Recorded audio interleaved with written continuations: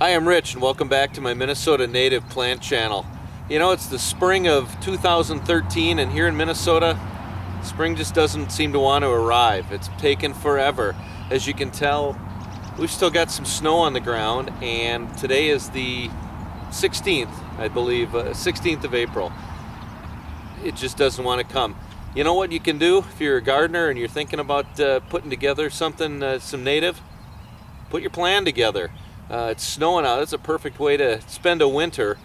Get the paper out. Start planning. Map out what you want your backyard to look like. Map out the dimensions of your yard. What I did was mapped out the yard. I've got, as you can see, I've got some water. I've got a pond to deal with.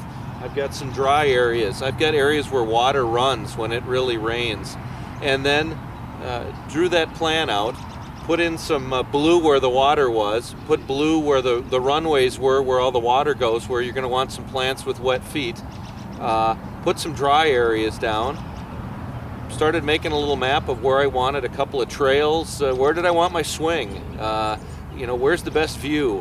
Where do I want to be sitting to enjoy it? Don't just put together a garden and not put down a couple of places to sit to enjoy it. Make a map, then get the eraser out and change it. Put a different color pen in. Then get your books out. The Native Plants in Minnesota, some of the books that you can get over at the Arboretum or online. Map out some of the plants that fit what you've got, those plants that want wet feet. Start making some notes of some different plants that look good. You know, maybe there's some blooms that you want, different colors you want, different you know, some want dry feed, some want sandy soil. You know, what's your soil like? Kind of put together a whole plan of what you've got out back or out front. The soil changes, the moisture changes, what kind of plants are you looking for, what color. Read up on the plants that you're looking for.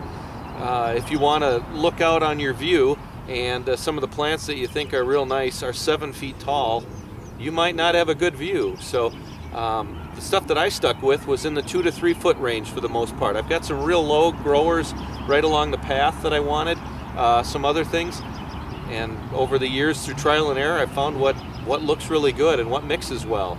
There's also some plants that get really aggressive and want to take over. But now's the time, if you can't be out there enjoying digging in the soil, now it's time to be putting your plan together. Draw some things out, put those colors in, erase it, change it, and come up with a plan, and just realize you're not going to do it in 1 year.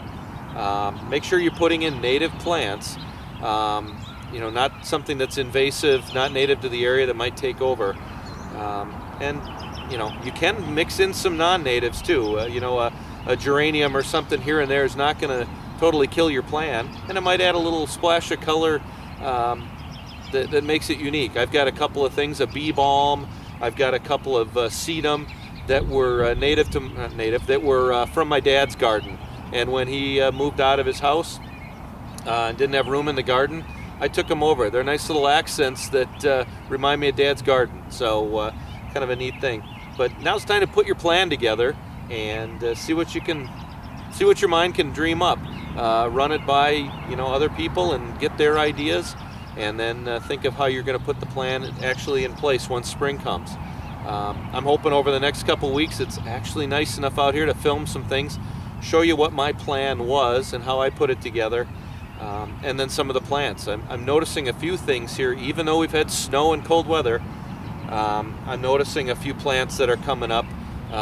Some of the columbine, some of the onion, some of the native bee balm, pussy toes, a couple of things that prairie smoke, seeing a few sprouts here. So as they start coming up, we'll do some films of that.